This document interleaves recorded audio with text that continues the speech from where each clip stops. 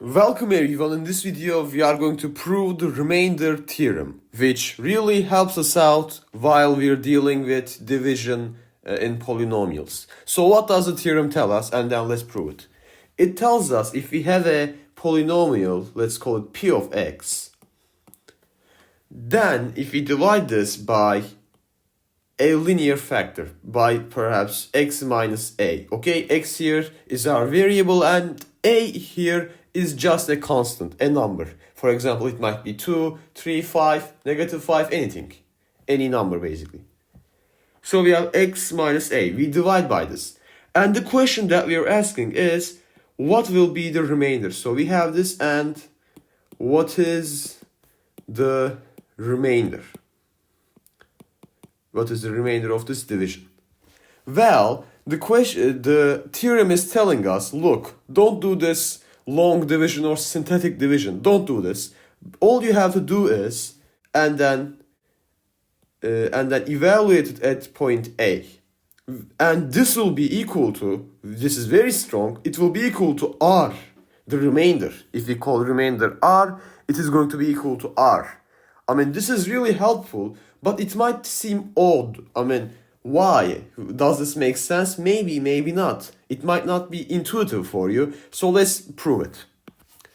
The way we're going to prove this is by first considering normal division with numbers, basically. For example, if I have 21, and if I divide it by 2, what do I get? Well, I can represent this in such a manner. I can say this is going to be like 10 times 2 plus 1. Here, the remainder will be 1, right? So, this is basically the idea behind this. What we do is we express this division in a form that is analogous to this one. And this form is sometimes called Euclid's algorithm, but we don't really need to get into that in this video. But if you would like to see a video about it, write that in the comment section below. So using this kind of reasoning, we say p of x is equal to, well, instead of 10, we will have some factor, a polynomial. So let's call it q of x. I guess this is the convention. We have q of x times, instead of 2, we divided by x minus a.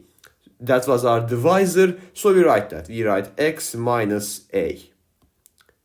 And then plus, we will have the remainder. And at this point, you might be saying, oh, I see where this is going. And if that is the case, great. Because now, all we need to do is just substitute a for x. And what happens when we do that?